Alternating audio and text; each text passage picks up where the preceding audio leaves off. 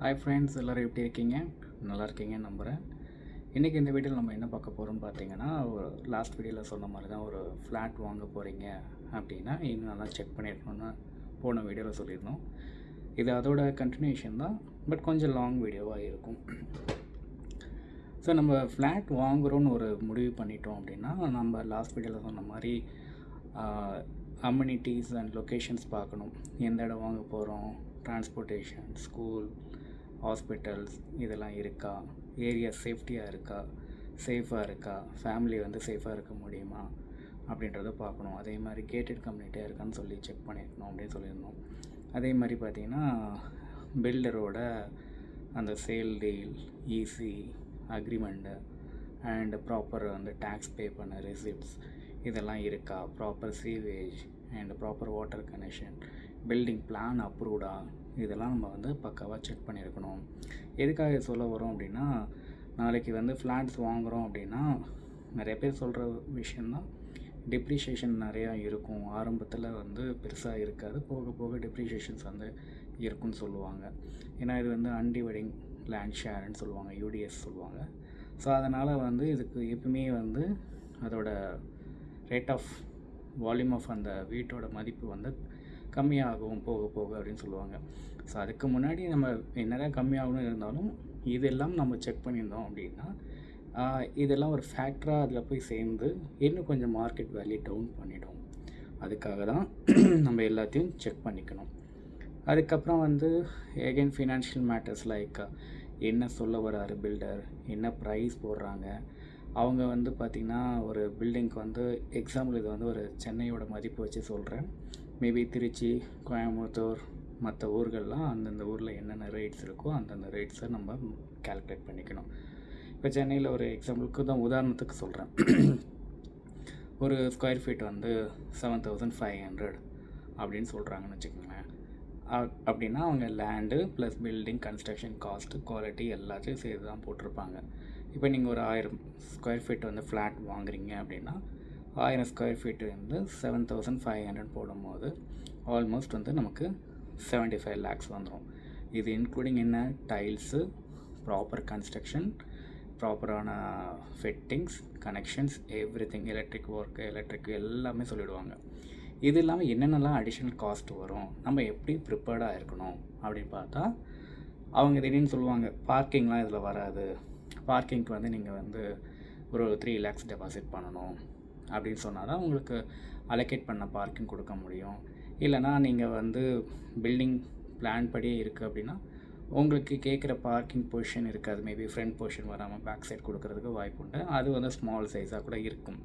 So நமக்கு அது தெளிவாக நம்ம டாக்குமெண்ட்டில் பார்த்து எனக்கு எந்த இடத்துல நீங்கள் பார்க்கிங் பண்ணி தரீங்க, அதுக்கான காசு என்ன, அதை நீங்கள் எனக்கு டாக்குமெண்ட் சேல் டீலோ ப்ராப்பர் பிளான் அப்ரூவலில் என்னோடய ஃப்ளாட்டுக்கு வரும்போது என்னுடைய ஃப்ளாட் நம்பர் போட்டுகிட்டே எனக்கு அந்த பார்க்கிங் ஆனது மார்க் பண்ணி கொடுக்க சொல்லி நம்ம பில்டர்கிட்ட கேட்டு வாங்கிக்கணும்.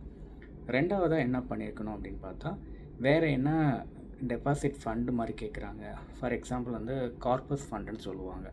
அப்படின்னா என்ன அப்படின்னா, இப்போ ஒரு 8 வீடு இருக்குது, இல்லை 16 வீடு வருது, வாட் எவர் மேபி. அவங்க என்ன சொல்லுவாங்க, நாங்கள் ஒரு கம்யூனிட்டி மாதிரி ஃபார்ம் பண்ணி, ஒரு அசோசியேஷன் ஃபார்ம் பண்ணி, அவங்களுக்கு ஒரு அசோசியேஷன் லீடில் அந்த ஃபண்டை போட்டுருவோம். நாளைக்கு ஏதாவது மெயின்டெனன்ஸ் வருது அப்படின்னா இந்த ஃபண்ட்லேருந்து போகும். உதாரணத்துக்கு பார்த்திங்கன்னா அவங்க ஜென்ரேட்டர் வச்சு கொடுக்குறோம், இல்லைனா பார்த்திங்கன்னா ஒரு வாட்ச்மேன் இருக்கும், இல்லை வேறு ஏதாவது பார்த்திங்கன்னா ப்ராப்பரான செலவுகள் லிஃப்ட் வச்சுருக்காங்க அப்படின்னா லிஃப்ட்டு ஏதாவது ரிப்பேர் ஆனால் இதுலேருந்து போகும். இதை நாளைக்கு பேங்க்கில் போட்டு ஒரு அசோசியேஷன் ஃபண்டு மாதிரி க்ரியேட் பண்ணி கொடுக்கணும்.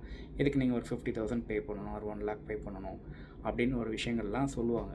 இது நீங்கள் தெளிவாக உட்காந்து நம்ம ப்ராப்பராக படித்து எழுதி வாங்கி வச்சுக்கணும். இல்லை அப்படின்னா நாளைக்கு போகிற காசு எங்கே போகுதுன்னே நமக்கு தெரியாது. அசோசியேஷன் ஃபார்மாக இருக்குது, ஏன்னா நியூ ஃப்ளாட்டும் போது அப்போ தான் பில்டர் எல்லாம் வச்சுருப்பாங்க. இன்னொன்று என்ன பண்ணுவாங்க, பில்டர்ஸ் பார்த்திங்கன்னா அவங்களுக்குன்னு சொல்லி ஒரு சின்னதாக ஒரு ரூம் மாதிரி கொடுத்துருப்பாங்க, கேட்டால் வாட்ச்மேன் ரூம்.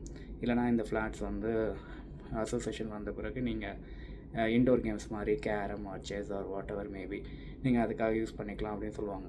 ஸோ அதுவும் பிளான் படி செக் பண்ணி வாங்கிக்கிறது ரொம்ப நல்லது.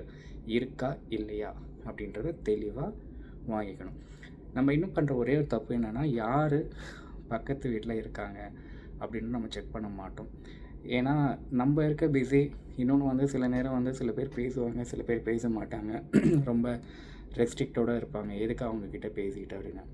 ஒரு ஃப்ளாட் வாங்குறீங்கன்னு நீங்கள் முடிவு பண்ணிட்டீங்க, அந்த ஏரியாவில் தான் டிசைட் பண்ணிட்டீங்க, அதுக்குள்ளே தான் நம்ம இன்வெஸ்ட் பண்ண போகிறோம். அட்வான்ஸ் கொடுக்கும்போது நீங்கள் வந்து அவங்கள்ட்ட கேட்டு வாங்கிக்கலாம். சில பேர் வந்து இன்ஃபர்மேஷன் ஷேர் பண்ணுவாங்க, சில பேர் வந்து தெரிலங்க பில்கிட்டே செக் பண்ணிக்கோங்க அப்படின்றதுக்கு. இன்னொன்று வந்து ரேட் வந்து சொல்ல மாட்டாங்க. உங்களுக்கு வந்து 7500 இருக்கும், அவங்களுக்கு வந்து ஒரு 7200 இருக்கலாம். இல்லைனா உங்களுக்கு 7500 அவங்களுக்கு 7700 இருக்கலாம். ஸோ இது எல்லாமே வந்து பார்த்திங்கன்னா ஒரு கம்யூனிகேஷன் சொல்லுவாங்க. அதுக்காக சில பேர்லாம் வந்து பேச மாட்டாங்க. அப்புறம் நம்ம வீடு வாங்கி கிரகப்பிரவேசம்லாம் முடிஞ்ச பிறகு வந்தோன்னா, என்னங்க எங்கள்கிட்ட சொல்லியிருக்கலாமே, நாங்கள் சொல்லியிருப்போமே, இந்த இடத்துல தண்ணி சரியில்லை, இந்த இடத்துல எலக்ட்ரிசிட்டி சரியில்லை, ஒயர் சரியில்லை, மெட்டீரியல் சரியில்லைன்னு அப்புறமா ஒவ்வொன்றா நம்ம அப்பார்ட்மெண்ட்டுக்குள்ளே வந்த பிறகு இதை பற்றி பேசுவோம். ஸோ முடிஞ்ச வரைக்கும் நம்ம ஓப்பனாக கேட்குறதும் பெஸ்ட்டு. அதே மாதிரி நம்ம ஃப்ளாட்ஸ் பக்கத்தில் யார் வராங்க அப்படின்னா, ஆஸ் அ ஹியூமனாக அவங்களும் நம்மள மாதிரி தான் கஷ்டப்பட்டு வாங்க வந்திருக்காங்க. நம்மளால் முடிஞ்ச என்னென்ன விஷயங்கள் இருக்குன்றது ஓப்பனாக சொல்கிறது கொஞ்சம் பெட்டர் பிளான் பண்ணுறதுக்கு ஈஸியாக இருக்கும். இதுக்காக நான் பில்டர் மேலெலாம் குறை சொல்ல வரல. நம்ம கொஞ்சம் பிளான் பண்ணிக்கிட்டோம்னா இன்னும் நல்லா கரெக்ட் பண்ணிக்கலாம் அப்படின்னு சொல்லி இருக்கும். அதுக்கப்புறம் வந்து பார்த்திங்கன்னா ஃபினான்ஷியல் முடிஞ்ச பிறகு ரெண்டாவது பார்த்திங்கன்னா பேங்க் லோன். என்ன தான் பில்டர் வந்து ஒரு பேங்க், எக்ஸாம்பிள் HDFC சொல்லுவாங்க, இல்லைனா டாட்டா சொல்லுவாங்க, IDBI பேங்க்கு, ஸ்டேட் பேங்க்கு, என்ன சொன்னாலும் உங்களுக்குன்னு ஒரு ரெக்கமெண்டேஷன் பேங்க் இருக்குல்ல, ரெக்கமெண்டட் பேங்க்குன்னு சொல்லுவாங்க. ஸோ நீங்கள் உங்களுக்கு ப்ரிஃபரபுளாக இருந்தால் போய் பாருங்கள். இல்லை லோன் ப்ராசஸிங் 90% தருவாங்க, 95% தருவாங்கன்னா கண்ணை மூடிட்டு போகிறத விட நல்லா ப்ராப்பராக செக் பண்ணிக்கோங்க. ஏன்னா அதுக்கு வந்து பார்த்திங்கன்னா என்ன இருக்குன்னு சொல்லி நமக்கு செக் பண்ணி வாங்கிக்கிறது ரொம்ப ரொம்ப அவசியமானது. பேங்க் லோனும் அதே மாதிரி என்ன விஷயம் நம்ம தப்பு பண்ணுவோம்னு பார்த்தீங்கன்னா, 90% லோனு அப்படின்னோடனே கண்ணை மூடிட்டு போயிட்டு டெபாசிட்டு அண்ட் வீடை ஃப்ளாட்டை புக் பண்ணுறது. எப்பயும் ஒன்று மட்டும் ஞாபகம் வச்சுக்கோங்க, எந்த ஒரு விஷயமும் வாங்கிறது ரொம்ப ஈஸி. அப்படின்னா என்னென்னா, எல்லாமே கொடுக்கறதுக்கு செல் பண்ணுறதுக்கு ட்ரை பண்ணுவாங்க. பிஸ்னஸ் இல்லையா? ஸோ அவங்களுக்கு தேவை பிஸ்னஸ். ஸோ உங்களுக்கு என்ன வேணுமோ டக்கு டக்குன்னு செய்வாங்க. ஆனால் ஒரு விஷயம் வாங்கின பிறகு அந்த விஷயத்தை நம்ம செல் பண்ண நினைக்கும் போது பார்த்திங்கன்னா, நம்ம வாங்குறதை விட ரொம்ப ரொம்ப கம்மியாக தான் போகும், இல்லை நம்ம எதிர்பார்த்த ரேஞ்சுக்கு போகாது. ஸோ அதனால் ப்ராப்பராக செக் பண்ணிக்கோங்கன்னு சொல்கிறது மறுபடியும் அதே தான் நான் ரிப்பீட் பண்ணிக்கோங்க. ரெண்டாவது லோன் 90% தராங்க அப்படின்னு வச்சுக்கோங்க.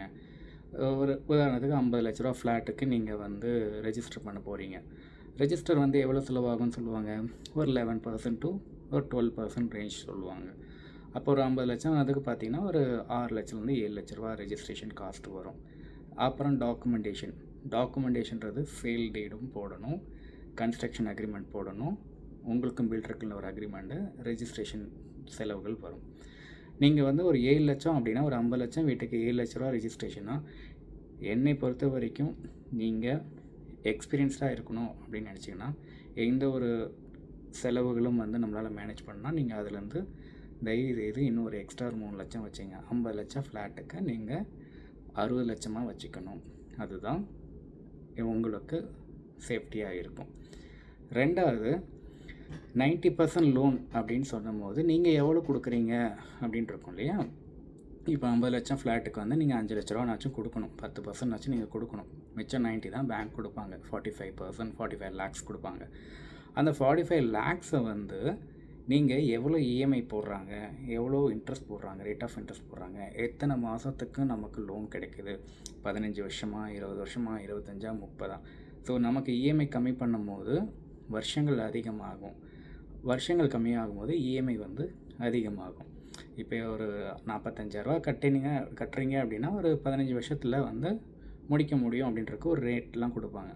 அதை நீங்கள் நல்லா கால்குலேட் பண்ணி பாருங்கள். உங்களோட சேலரி, உங்களோட சேவிங்ஸ் இதை பொறுத்து எவ்வளோ தூரம் நம்மளால் அடைக்க முடியும். நாளைக்கு வந்து வாங்கின பிறகு பார்த்தா கொஞ்சம் டைட்டாக இருக்கும். எப்பயுமே ஒரு விஷயம் பண்ணும்போது ஆரம்பத்தில் நிறைய தடங்கள் வரும், நிறைய சிக்கல்கள் வரும். ஏண்டா தொட்டோம் அந்த விஷயத்தை அப்படின்ற மாதிரி ஃபீல் பண்ணுவோம் நிறையா. ஸோ இதெல்லாம் நீங்கள் அவாய்ட் பண்ணணும் அப்படின்னா பெட்டர் பிளான் பண்ணிக்கோங்க. பிளான் பண்ணிவிட்டு அதே மாதிரி நம்ம இப்போதைக்கு வாங்கிக்கலாம், இது ரெண்ட் மிச்சமாகும், நம்ம ஃபேமிலி அங்கே நிம்மதியாக இருக்கும் அப்படின்னு நினைப்போம். பட் அங்கே போன பிறகு நிறைய விஷயங்கள் நம்ம செய்கிற மாதிரி வரும்.